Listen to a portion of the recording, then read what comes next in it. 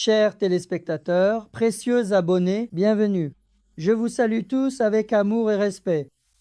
Dans nos 5 vidéos précédentes, nous avions soumis au Coran, analysé et constaté ensemble que les miracles attribués au dernier prophète de Dieu, le prophète Mohammed, est considéré comme tel sur la base de récits rapportés dont le nombre se compte par milliers, tels que l'Isra et le Mirage, la fente de la lune, la multiplication des aliments, l'abondance de l'eau, la guérison des malades et d'autres événements similaires, ainsi que les exemples issus de la comparaison entre prophètes, n'avaient en réalité aucun lien, de près ou de loin, avec la vérité ou l'authenticité. Nous avions annoncé que, dans nos prochaines vidéos, nous allions présenter les miracles attribués à nos anciens prophètes tels qu'ils sont mentionnés dans le Coran, en les expliquant conformément à la Sunnatullah. Que la paix de Dieu soit sur tous les prophètes, sur nous tous et sur vous tous. Dans cette vidéo, nous allons examiner ensemble les explications des miracles attribués à Hazreti Moussa dans le Coran, en les interprétant conformément à la Sunnatullah. Dans le verset 101 de la sourate Al-Isra, il est indiqué que 9 miracles ont été accordés à Hazreti Moussa. Nous aborderons les versets concernés au fur et à mesure que le sujet s'y prêtera.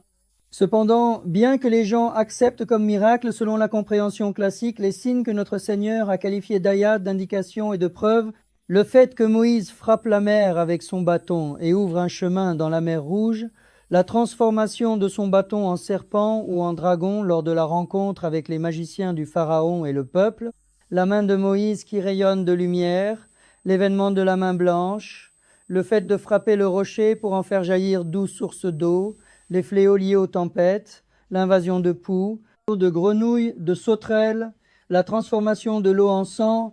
Malgré leur acceptation de ces miracles, nous, en revanche, considérons l'intellect, la science, la volonté, les ulul elbab, les doués d'intelligence et la réflexion, qui sont également ordonnés par notre Seigneur comme une méthode pour garder notre raison active. Et nous présenterons ainsi les connaissances que nous avons acquises en utilisant ces méthodes de travail et d'autres similaires afin qu'elles reconstruisent notre foi, tout en confiant également ces informations aux générations futures. Je recommande à nos frères et sœurs qui n'ont pas regardé les vidéos concernant le dernier prophète d'Allah, le prophète Mohammed, paix et bénédiction sur lui, de les visionner afin de mieux comprendre les sujets. Chers téléspectateurs, il y a de très nombreux versets dans le Coran concernant le prophète Moïse. C'est pourquoi, en abordant les sujets, nous préciserons que nous ne partagerons que les parties pertinentes des versets concernés et commençons par apprendre comment le mot miracle apparaît dans le Coran. Chers téléspectateurs, le mot miracle n'apparaît jamais dans le Coran et n'y est pas utilisé. Dans le Coran, les mots ayat et ayatler, qui signifient également miracle, sont mentionnés et utilisés. Selon le contexte des versets où ils sont utilisés, ces mots signifient signe, indication, chose extraordinaire et intéressante, miracle, message, leçon, avertissement, signe de la puissance et de la force d'Allah, verset du Coran, mission prophétique, institution de la prophétie, et également le Coran lui-même. Donnons maintenant des exemples qui incluent ces significations. Dans le verset 29 de la sourate Sad et le verset 2 de la sourate Al-Baqarah, il signifie le Coran. Dans les versets 105 et 106 d'Al-Baqarah, il signifie mission prophétique ou d'institution prophétique, tandis que dans les versets 2 d'Al-Qasas, 1 d'An-Naml et 1 d'Al-Hijj, il signifie verset coranique. Dans le groupe de versets 20 et 1 à 25 de la sourate Ar-Rum, il est utilisé comme signe ou indice de la puissance d'Allah, tandis que dans les versets 91 de la sourate Al-Anbiya et 50 de la sourate Al-Mu'minun, il est employé au sens de choses extraordinaires ou étonnantes.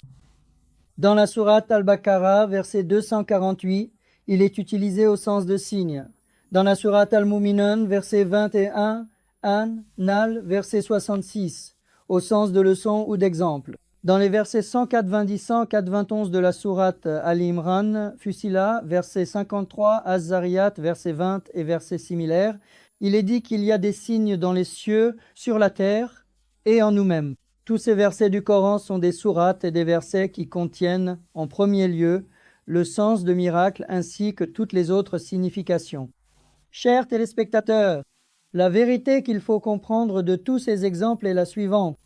Dans l'univers, tout ce qui a été créé, chaque chose créée, est un signe, un miracle.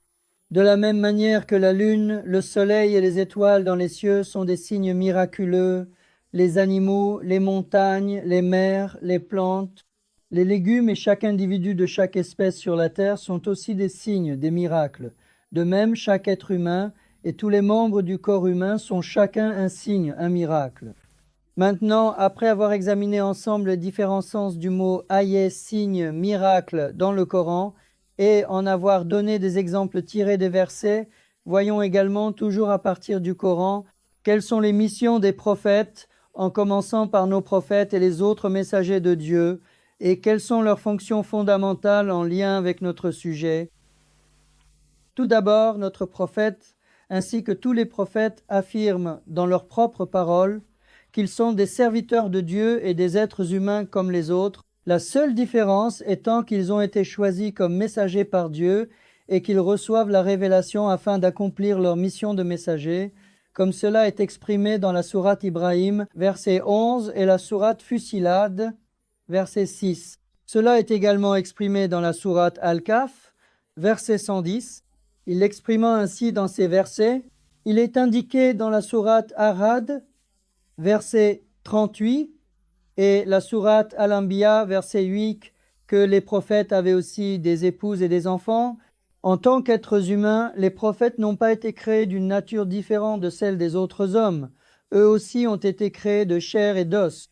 Les messagers de Dieu ressentaient également des maux de tête, des douleurs dentaires, ils mangeaient, buvaient, se promenaient dans les marchés, ils avaient faim, soif, des besoins naturels, leurs cheveux et leurs barbes poussaient, leurs vêtements se salissaient, leur sueur et autres déchets corporels n'étaient pas différents de ceux des autres humains, comme il est mentionné dans la sourate Az-Zumar, verset 30, et dans d'autres versets similaires, il est affirmé que tous les prophètes, comme tout le monde, étaient mortels.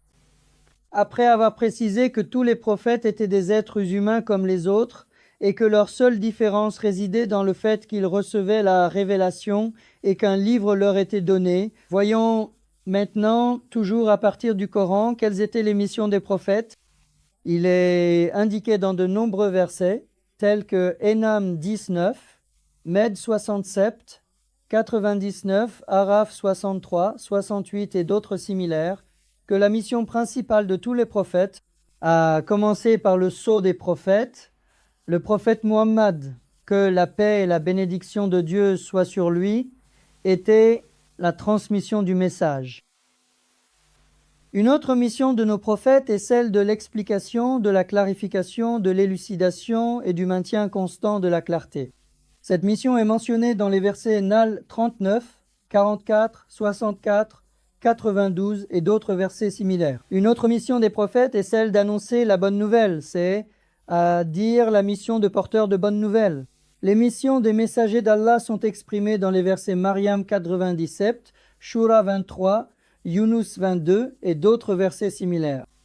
La mission d'avertisseur et de dévouement du prophète et de tous les messagers est indiquée et annoncée dans pas moins de 40 versets différents, notamment Maryam 39, 97, Anam 19, 51, 92. Une autre mission des messagers d'Allah est la glorification, c'est à dire reconnaître et faire reconnaître Allah avec tous ses attributs, le purifier de toute imperfection et de toute association. Ces missions sont exprimées dans le groupe de versets de Allah de 1 à 5, dans les versets 95 et 99 de la sourate Al-Hijr, ainsi que dans d'autres versets similaires. Une autre mission du prophète et de tous les messagers est d'être des avertisseurs, des conseillers, des exhortateurs à travers le Coran qui leur a été révélé.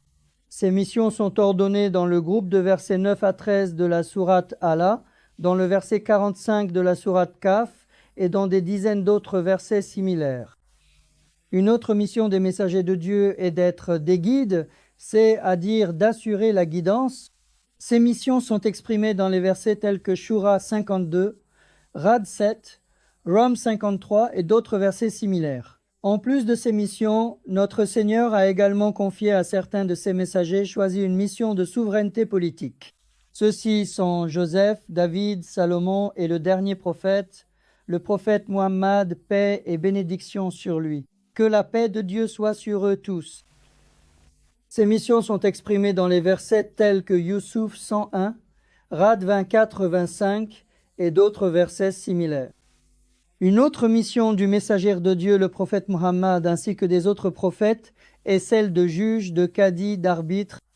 Cette mission est exprimée dans les versets Nisa 507, Maïda 48, Anam 64 et d'autres versets similaires.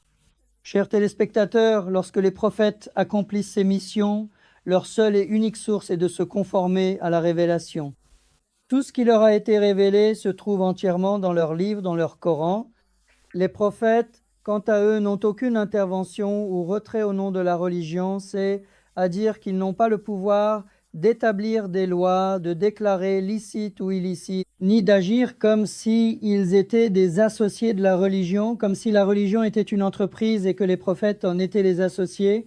Ils n'ont absolument aucune mission d'ajouter ou de retrancher quoi que ce soit à la religion de Dieu, c'est-à-dire d'être législateurs. Ils n'ont ni le droit ni la légitimité d'agir comme des législateurs.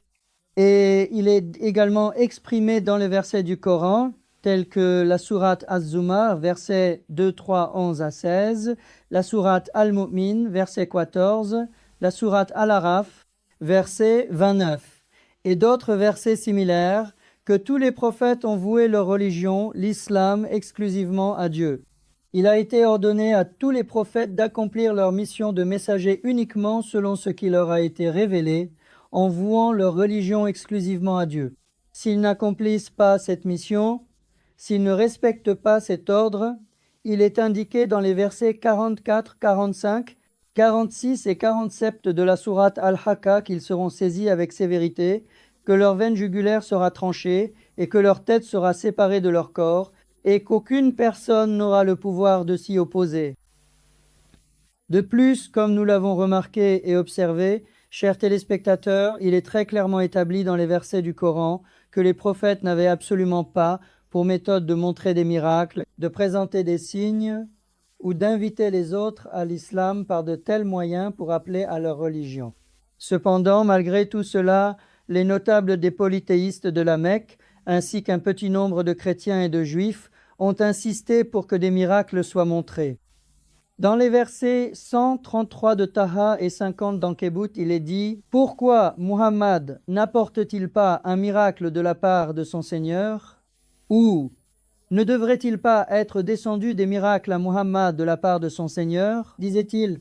Dans le verset 153 de la sourate An-Nisa, il est dit « Il te demande de faire descendre sur eux un écrit venu du ciel. » Dans le groupe de versets 89 à 93 de la sourate Al-Isra, il est dit « Ô Muhammad, nous ne croirons jamais en toi. Pour que nous croyions à ce que tu dis, tu dois faire jaillir pour nous des sources de la terre. Ou bien tu dois posséder des jardins remplis de palmiers dattiers ou de vignes.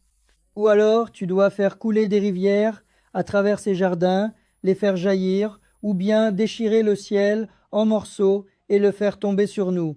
Ou bien tu dois faire apparaître Allah et les anges devant nous. Ou encore tu dois avoir une maison ornée d'or. Ou bien tu dois monter au ciel. Mais même alors, nous ne croirons pas à moins que tu ne fasses descendre de là, un livre écrit que nous puissions lire. » Et il traitait de menteur le messager d'Allah, le prophète Muhammad.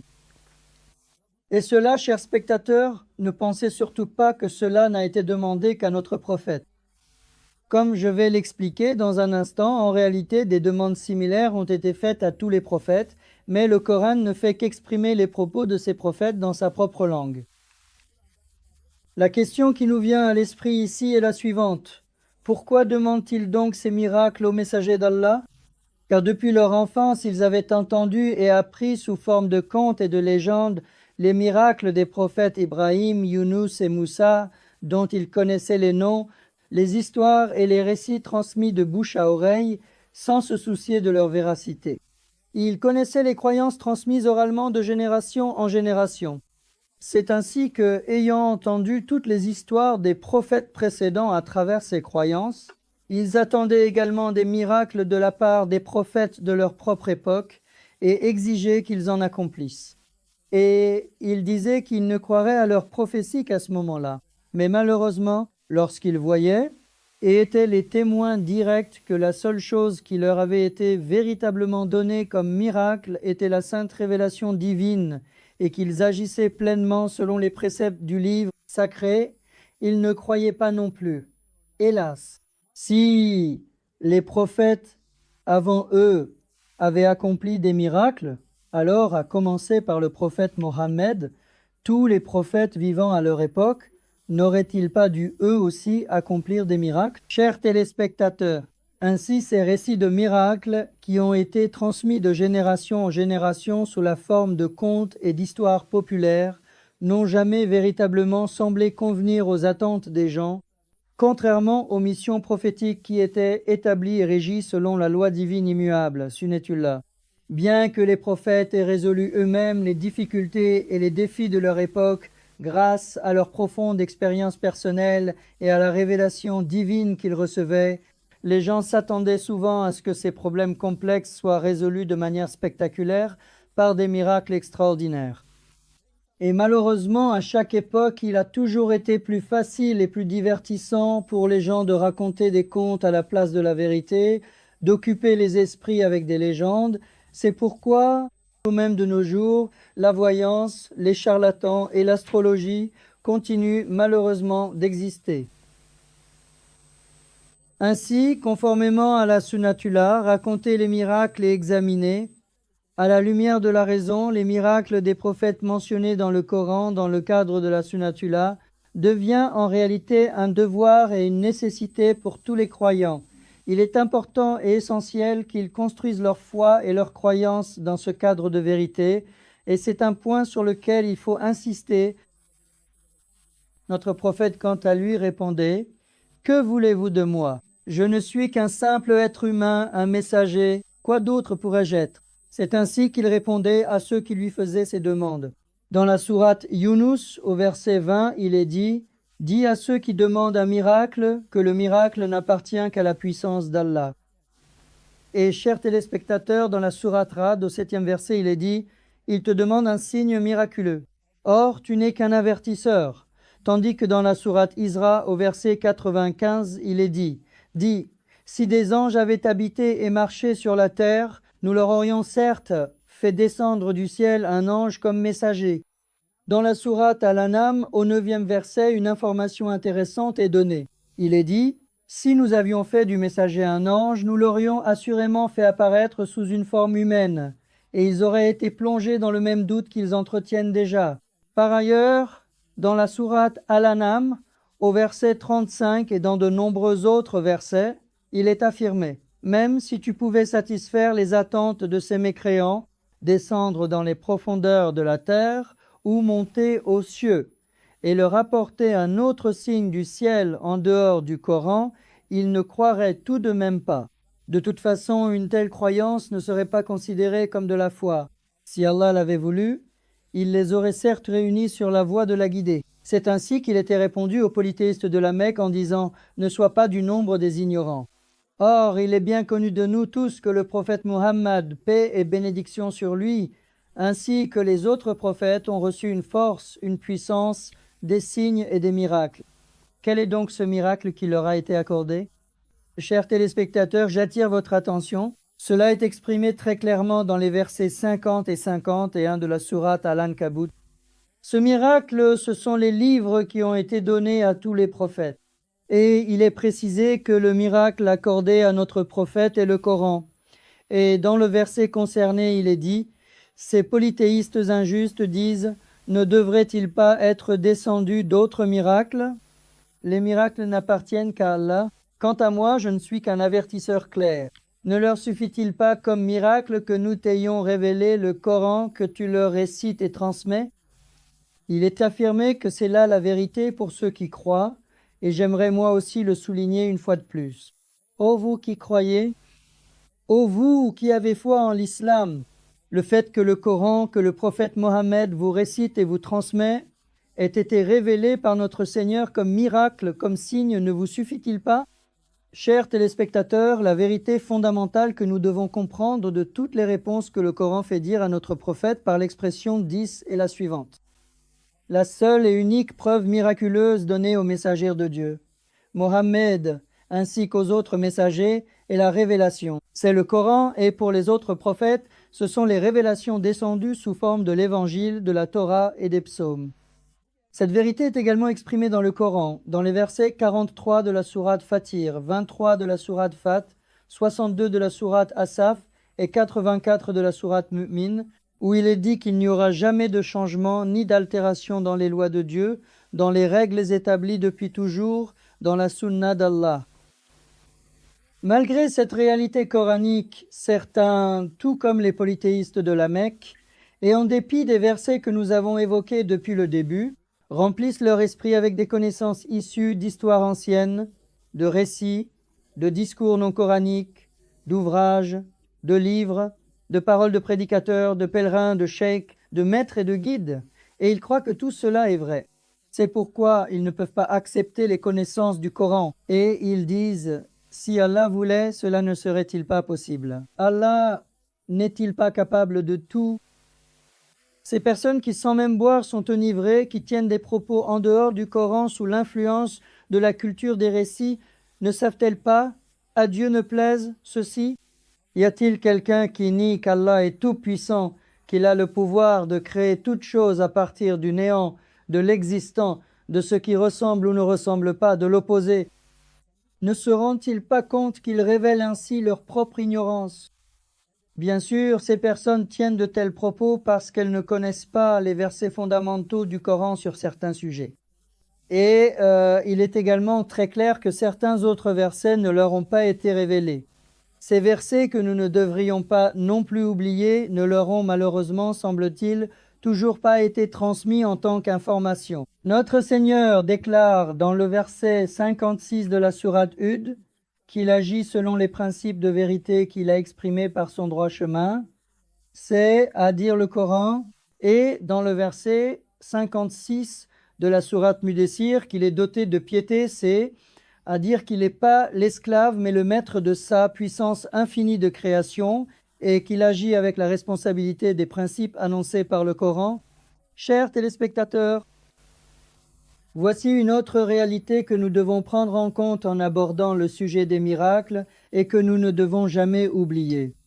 Lorsque nous abordons chaque sujet, principe, commandement, recommandation ou récit du passé dans le Coran, il nous est bien sûr ordonné d'utiliser la raison, l'intellect et la science, de voir, d'entendre, de toucher, mais aussi de comprendre la vérité en séparant l'essence de la coquille, c'est à dire en étant des ulul elbab, d'appliquer la méthode de la réflexion approfondie, tédébbur, d'examiner minutieusement, de regarder ce qui est dit et de comprendre ce que l'on veut dire, de méditer tézékur, d'être conscient du résultat obtenu à l'issue de ce travail, de toujours garder à l'esprit les réalités de la vie et de la nature humaine, de produire des résultats justes et bénéfiques à la suite d'études scientifiques réfléchies, téfécur, de maintenir constamment active la bénédiction de la raison donnée par Dieu, à travers toutes ces activités takoul, de créer des institutions sociales, mentales et financières, et enfin, de trouver les bonnes solutions tefakou pour construire la vie sociale avec les principes et institutions les plus justes et d'agir selon ces principes. Dans le verset 100 de la sourate Yunus, il est indiqué que des malheurs s'abattront sur les individus, les familles, les sociétés et les États qui ne mettent pas en œuvre ces activités. Tandis que dans le verset 22 de la sourate Al-Anfal, il est précisé que ceux qui ne s'approchent pas de la réalité coranique, de ces principes, seront handicapés, qu'ils ne pourront pas atteindre la vérité, qu'ils ne pourront pas créer des institutions mentales et sociales, et qu'ainsi, ils se retrouveront confrontés à des catastrophes et des calamités bien plus grandes que celles qui ont frappé les peuples, nations et sociétés du passé. Chers téléspectateurs, maintenant, à la lumière de ces approches fondées sur des principes, y compris les classes sacerdotales de la religion islamique, Et tout d'abord, comme cela a toujours été le cas depuis l'Antiquité, les prophètes, que la paix de Dieu soit sur eux tous. Voyons ensemble comment, à travers des récits, ils ont cherché à présenter un visage différent de l'islam transmis par les prophètes, que la paix soit sur eux, ainsi que de l'islam transmis par notre maître, le prophète Muhammad, que la paix et les bénédictions de Dieu soient sur lui, en s'efforçant de promouvoir une religion parallèle et une religion fabriquée de toutes pièces. Chers téléspectateurs, dans le Coran, nous allons aborder, avec les références des versets, les miracles du prophète Moïse, ouvrir un chemin sec en frappant la mer Rouge avec son bâton, la noyade de Pharaon et de son armée, la transformation de son bâton en serpent puis en dragon devant Pharaon et son peuple, avalant les cordes des magiciens, faire jaillir 12 sources d'eau en frappant le rocher avec son bâton, le voyage du prophète Moïse avec le serviteur sage, le miracle de la main blanche, ainsi que d'autres miracles. Mais juste pour donner un exemple, cette illustration est très importante. Apprenons, à partir des passages correspondants de l'Ancien Testament, la Torah, le miracle de l'ouverture d'un chemin dans la mer Rouge pour Moïse et la noyade de l'armée de Pharaon, qui est raconté de manière presque identique dans tous les livres de hadiths, de tafsir, de sira et d'histoire des prophètes. Voyons d'où proviennent les récits classiques des miracles des prophètes dans nos connaissances. Dans le récit du livre saint, entre les psaumes 11 et 16, et dans le 14e chapitre de l'Exode, il est raconté ainsi. À celui qui a fendu la mer des roseaux en deux, son amour est éternel. À celui qui a précipité Pharaon et son armée dans la mer des roseaux, son amour est éternel. Je rendrai Pharaon obstiné, ils les poursuivront. Ainsi, en vainquant Pharaon et son armée, je gagnerai en gloire. Même les Égyptiens sauront que je suis le Seigneur, que je suis Dieu. Les Israélites firent ce qui leur avait été ordonné. Lorsque l'on informa le Pharaon d'Égypte que le peuple s'était enfui, le Pharaon et ses officiers changèrent d'avis à leur sujet. Ils dirent « Qu'avons-nous fait? En laissant partir les Israélites, nous avons perdu nos esclaves. » Le Pharaon fit préparer son char de guerre, prit son armée avec lui, ainsi que 600 chars d'élite et tous les chars d'Égypte avec leurs conducteurs responsables. Mais Moïse dit « N'ayez pas peur. Restez à votre place et attendez. Voyez aujourd'hui comment il va vous sauver. Voyez comment le Seigneur va vous délivrer aujourd'hui. Les Égyptiens que vous voyez aujourd'hui, vous ne les reverrez plus jamais. Le Seigneur combattra pour vous. Vous restez calme, cela suffit. » Le Seigneur dit à Moïse, « Pourquoi cries-tu vers moi? Dis aux Israélites d'avancer, de se mettre en marche. Toi, lève ton bâton. Étends ta main sur la mer, les eaux se fondiront, et les Israélites traverseront la mer à pied sec. » Moïse étendit la main sur la mer. Le Seigneur refoula les eaux toute la nuit avec un puissant vent d'est. Il transforma la mer en terre ferme. Les eaux se divisèrent en deux. Les Israélites traversèrent la mer à pied sec. Les eaux formaient une muraille à leur droite et à leur gauche. Les Égyptiens les poursuivaient. Pharaon, toute son armée de chars et de cavaliers, les suivait dans la mer. Le Seigneur dit à Moïse, « Étends ta main sur la mer, que les eaux reviennent sur les Égyptiens, sur leurs chars et leurs chevaux. » Moïse étendit la main sur la mer. Au matin, la mer retrouva son état normal. Alors que les Égyptiens fuyaient devant l'eau, le Seigneur les précipita au milieu de la mer. Les Israélites virent que les eaux avaient englouti les chars, les chevaux et toute l'armée du Pharaon qui les avait poursuivis dans la mer. Pas un seul d'entre eux ne survécut. Mais les Israélites avaient traversé la mer à pied sec. Les eaux formaient une muraille à leur droite et à leur gauche. Voyant la grande puissance que le Seigneur avait manifestée contre les Égyptiens, le peuple d'Israël fut saisi de crainte et mit sa confiance dans le Seigneur et dans son serviteur Moïse. Chers téléspectateurs, de la même manière que l'eau gelée ne coule pas et que l'eau gelée n'est pas potable, l'histoire de Moïse fendant la mer Rouge et celle de la noyade du Pharaon, telles qu'elles sont racontées dans les passages correspondants de la Bible, ont été figées de cette façon et transférées telles quelles dans nos exégèses, nos biographies du prophète et nos recueils de hadiths, en pensant en plus que cela est correct. Ainsi, il faudrait croire à la Bible comme si elle n'avait pas été altérée ni modifié. Ou alors, il nous faudra prêter une grande attention à la version qui est conforme à la Sunna d'Allah, chers téléspectateurs. Alors, sans nous soucier de la longueur de la vidéo, abordons ces affirmations de miracle en gardant notre esprit actif pour comprendre quelle est la véritable réalité, en adoptant l'approche des ulul el-bab, c'est-à-dire en séparant l'essence du sujet de sa coquille, et en faisant preuve d'un peu de réflexion approfondie, en travaillant minutieusement pour saisir le fond du sujet. Tout d'abord, comme il est également exprimé dans le verset 101 de la sourate Al-Isra, et certes, nous avons donné à Moïse 9 signes évidents, des miracles, des preuves.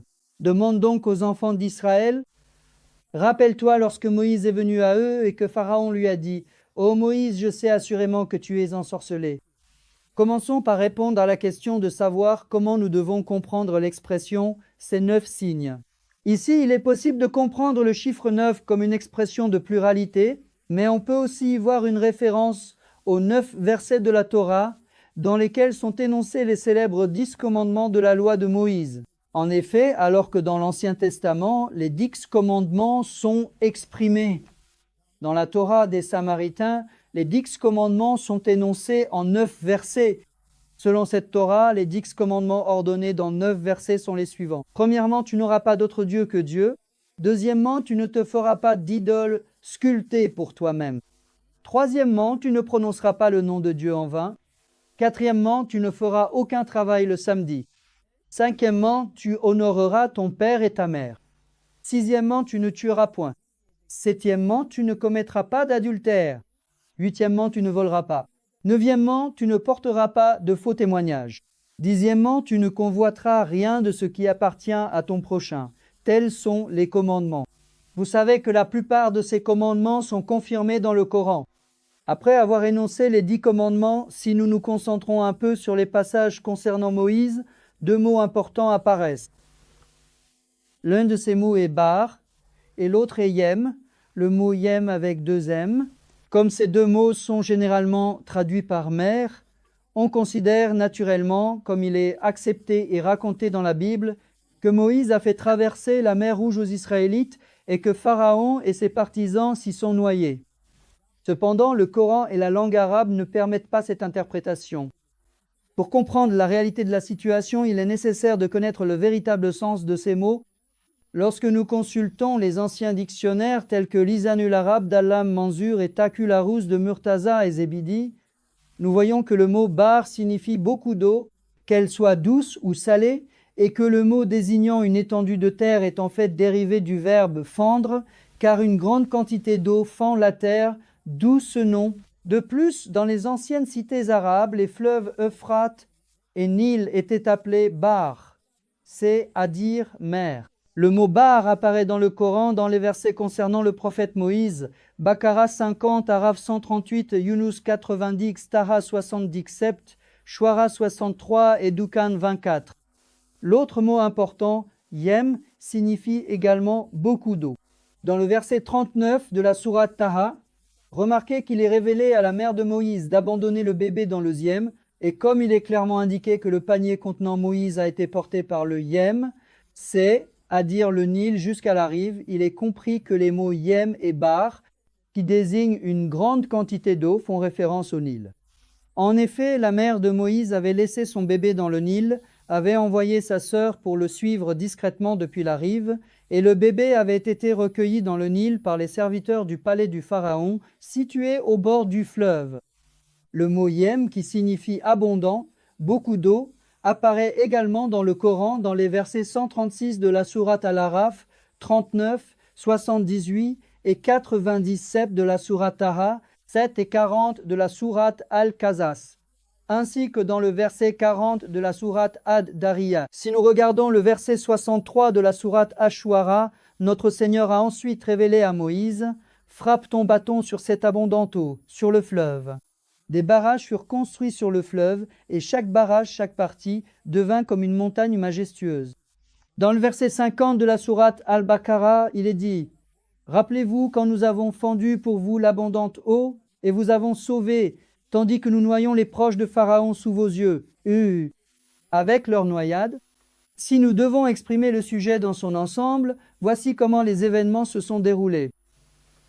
Le prophète Moïse, avec ceux qui croyaient en lui, avait été exilé loin de la ville par Pharaon. Et sur les nouvelles terres d'installation au bord du Nil, le prophète Moïse, en utilisant la révélation divine et ses propres connaissances, avait construit des barrages sur le Nil. À partir de ces barrages et du Nil, il avait creusé des canaux, créant ainsi, sur les rives et dans la plaine du Nil, des rizières et des champs de roseaux, et il s'était consacré à l'agriculture avec ses proches pendant des décennies. Les informations historiques indiquent que le plus ancien barrage construit sur le Nil mesurait 15 mètres de haut et datait de 2900 avant J.C. Si l'on considère qu'il y avait plusieurs de ces barrages, on se rendra compte que les travaux et préparatifs réalisés étaient en réalité loin d'être négligeables.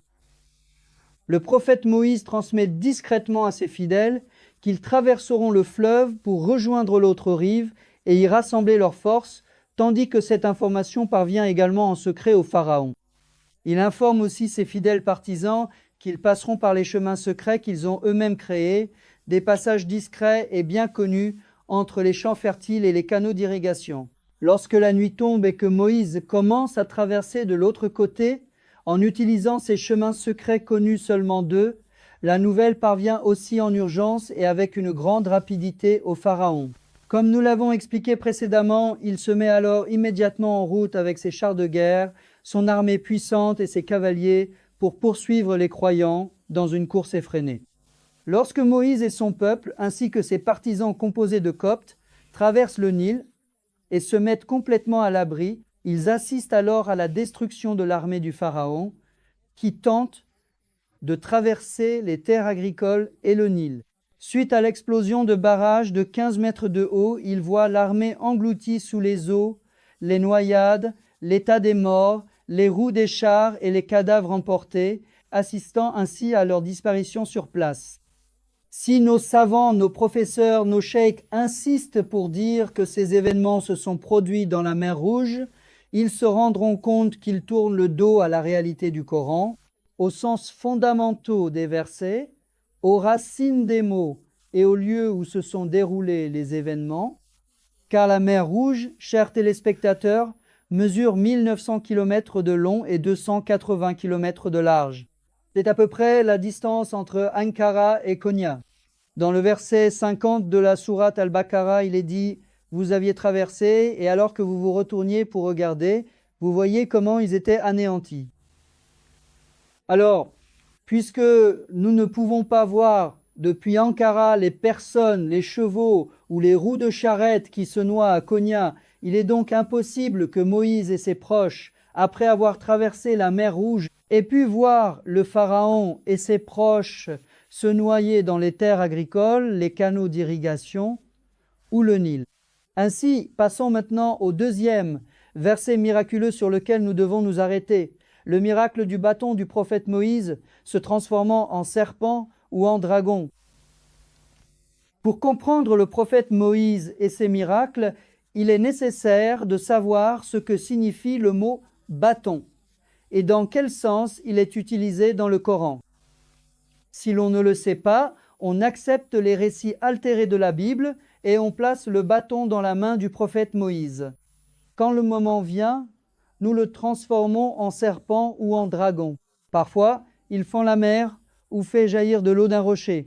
Parfois, il fait avaler la corde des magiciens. Nous serions alors obligés d'accepter les récits d'Israël, les récits de la vie israélite, comme s'ils étaient le Coran. Pour éviter cette erreur, examinons la signification du mot « Asa » et les 6 passages où il apparaît dans le Coran. Poursuivons nos sujets en nous basant sur la connaissance du Coran, mais insistons sur le fait que le mot « Asa » signifie rassemblement, l'opposé de la division, c'est à dire l'harmonie, l'accord des esprits et des connaissances. Concentrons-nous sur ce sens afin de mieux comprendre et d'être apaisés. Dans le Coran, le mot Asa est utilisé dans 6 passages pour désigner différents sens. Le bâton avec lequel on secoue les feuilles pour nourrir les animaux, l'outil utilisé comme arme ou pour creuser, et un autre sens qui fait référence à la force issue de l'accumulation de connaissances, c'est à dire les enseignements personnels et la révélation reçue par le prophète Moïse. Dans la sourate Taha, verset 18, il signifie le bâton de berger, tandis que dans le groupe de versets Taha 20 à 23, il est indiqué qu'il s'agit de deux versets qui donnent la vie. Deux versets qui donnent la vie. Le premier des deux versets est la Torah et la connaissance personnelle, et le second est son frère de soutien Aaron. Si l'on regarde d'un peu plus près le mot Ayay, il signifie aussi celui qui donne la vie. Car dans les dictionnaires Lisanul Arabe et Tacularus, ce mot est défini comme celui qui donne la vie, qui apporte de la vitalité, qui résout les problèmes. Comme les serpents vivent longtemps, dans les légendes et les récits, le serpent a été utilisé comme un dragon, et ainsi les vérités ont été abandonnées au profit des contes. Dans son sens véritable, un autre nom de la révélation est Ru, et c'est une force qui insuffle une nouvelle vie, qui ranime les cœurs morts, les aspects morts de la vie sociale et l'intellect humain à travers tous les prophètes. C'est-à-dire, c'est le Aï. C'est pourquoi, dans la 15e sourate de la sourate Al-Mu'min, il est dit qu'Allah élève les degrés. Il dit qu'il inspire sa propre révélation à qui il veut parmi ses serviteurs, qu'il la dépose dans leur cœur. C'est pourquoi, encore une fois, dans les versets 50 et 53 de la sourate Ash-Shura, il est dit « Ainsi nous t'avons révélé l'esprit issu de notre ordre. Tu ne savais pas ce qu'était le livre, ni ce qu'était la foi. Mais nous en avons fait une lumière par laquelle nous guidons qui nous voulons parmi nos serviteurs. Et toi aussi, par ce moyen, tu guides sans aucun doute ceux qui sont sur la terre et dans les cieux vers le droit chemin d'Allah. » Chers téléspectateurs, dans la sourate Al-Anfal, au verset 20 à 24, il est dit « Ô vous qui avez cru, répondez à Allah et aux messagers lorsqu'ils vous appellent à ce qui vous donne la vie. » Ici, le mot « ayez » est utilisé, nous libérant ainsi de représentations telles que le serpent ou le dragon dans notre esprit et attirant notre attention sur la révélation, les messagers et la connaissance qui donne la vie. Après avoir indiqué dans quel verset et quelle sourate se trouve la rencontre entre Moïse et Pharaon, résumons brièvement ce sujet, puis passons aux autres miracles de Moïse. Notre Seigneur aborde ce sujet dans des dizaines de versets. Sourate Ash-Shu'ara 10-17, 30-32, Al-Qasas 30-32, Taha 45-46, Al-Araf 106-108 et Yunus 60-X 9-82. Voici un résumé du sujet. Notre Seigneur confie une mission à Moïse et Aaron, leur demandant d'aller transmettre son message à Pharaon. À l'issue des discussions, Pharaon convoque tous les devins et les plus grands magiciens pour le représenter lors d'une fête où tout le monde est réuni. D'abord, ces derniers déploient toutes leurs connaissances et mettent en œuvre toutes leurs compétences. Ensuite, lorsque vient le tour de Moïse, il expose et explique les connaissances que la révélation et la vie sociale lui ont enseignées jusqu'à ce jour.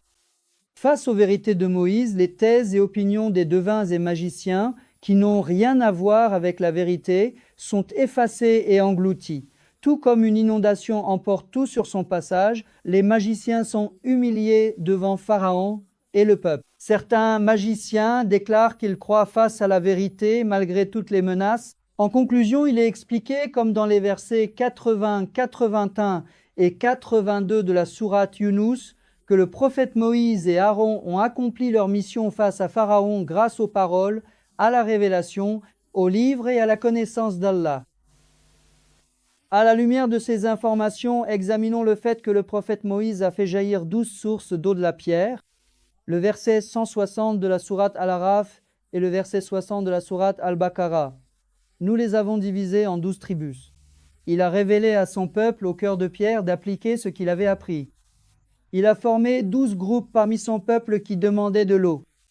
Dans le verset 12e de la sourate Al-Maïda, il est dit que pour les 12 communautés, 12 chefs ont été envoyés comme représentants dans leurs affaires et que dans ces tribus et communautés, des institutions qui répondront à leurs besoins intellectuels et financiers seront créées et que 12 chefs de tribus issus d'eux-mêmes ont été désignés pour les maintenir debout. Ici, il ne s'agit pas des pierres ordinaires que l'on trouve dans les montagnes autour de nous sur lesquelles le prophète Moïse a créé son savoir, mais le mot pierre est un symbole de dureté, de rigidité. Comme il est dit dans le verset 60, 14e de la sourate Al-Baqarah. Ensuite, vos cœurs se sont endurcis. Voilà, ils sont comme des pierres. En fait, on dit même qu'ils sont plus durs que la pierre. Pour décrire la dureté de cœur des enfants d'Israël, les deux autres mots qu'il est important de connaître à ce sujet sont darp et le mot ein.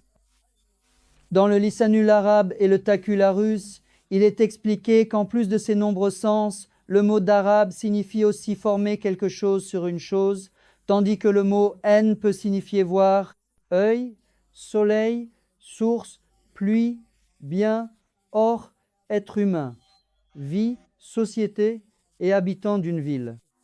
Une autre information importante qui nous aidera à clarifier le sujet est l'expérience du prophète Moïse au bord de l'eau de Madian, mentionnée dans le groupe de versets 23 à 25 de la sourate Al-Qasas. Ici, de nombreux bergers sont venus au bord de l'eau avec leurs troupeaux, tandis que deux femmes attendent à l'écart, incapables d'accéder à l'eau. Ensuite, il est raconté que le prophète Chouaïb accueillera Moïse, qui poursuivra son expérience et son accumulation de connaissances pendant 10 ans à ses côtés, et que sa vie conjugale commencera. Mais comme cela n'a pas de lien direct avec notre sujet, reprenons maintenant la question à la lumière des informations que nous venons d'exposer. Les Israélites, au cœur de pierre et souffrant d'une grande pénurie d'eau, viennent voir Moïse et lui disent que leur besoin en eau est devenu insupportable. Le prophète Moïse divise son peuple en 12 tribus distinctes et, en convoquant les chefs de ces groupes, il leur propose de s'installer autour des 12 sources d'eau de cette région, estimant ainsi qu'ils ne souffriraient plus du manque d'eau. Sous la supervision des chefs des Israélites, ils s'installent autour des différentes sources d'eau de cette contrée et se libèrent ainsi de la pénurie d'eau. Lorsqu'il applique son bâton, symbole de force et de puissance, c'est à dire la révélation et l'ensemble de ses connaissances aux Israélites au cœur de pierre. Il s'installe alors en 12 groupes, à la tête des 12 sources d'eau. Mais lorsque les vérités sont réduites à l'esprit de l'ignorant, tout devient miracle. Tout devient djinn, fée, tout devient géant, créature, dragon, événement extraordinaire. Comme lorsqu'on prend chaque ombre pour une créature différente dans l'obscurité de la nuit, mais lorsque le jour se lève et que tout s'éclaire, chaque chose apparaît telle qu'elle est réellement. J'espère que les sujets abordés éclaireront aussi vos esprits et vos cœurs comme en plein jour. Vous savez que l'un des signes donnés à Moïse est la main blanche, appelée Yedi Beiza, qui émet une lumière éclatante. L'expression Yedi Beiza apparaît dans les versets Araf 107-108, Taha 23, Shuara 33-12 et Qasas 32. Le mot Ye, traduit par main dans les versets, est utilisé au sens figuré. Il signifie la force, la richesse, le pouvoir, la souveraineté, la bénédiction et tout ce qui est accompli par la main. Outre ces différents usages, le mot Beza est également employé au sens figuré pour exprimer la perfection et l'excellence avérée et éprouvée.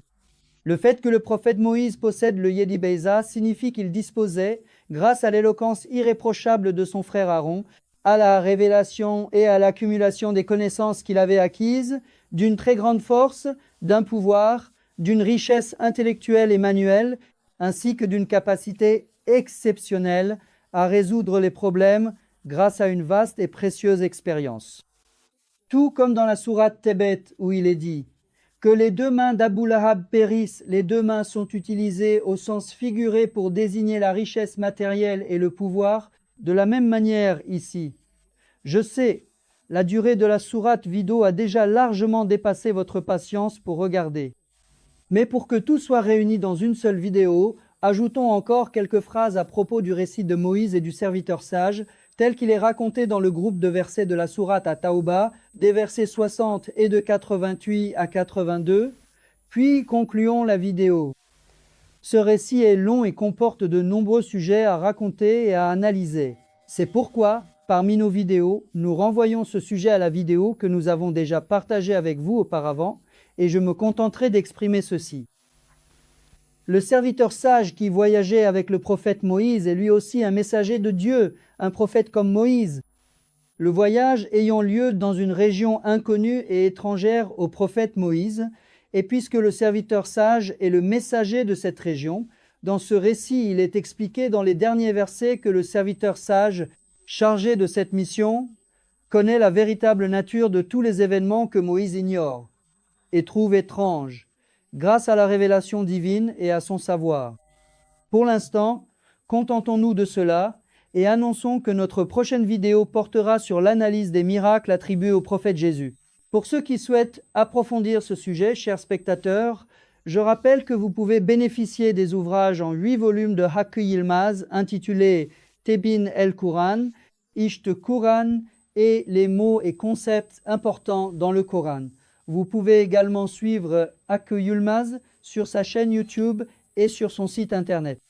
Si vous pensez que ces sujets sont utiles, nous vous rappelons de vous abonner à notre chaîne YouTube Gelişim Media, de partager nos vidéos avec vos proches et de ne pas oublier d'activer les notifications. Je le souhaite et l'espère, que l'amour ne quitte jamais votre cœur et que le sourire ne disparaisse jamais de votre visage.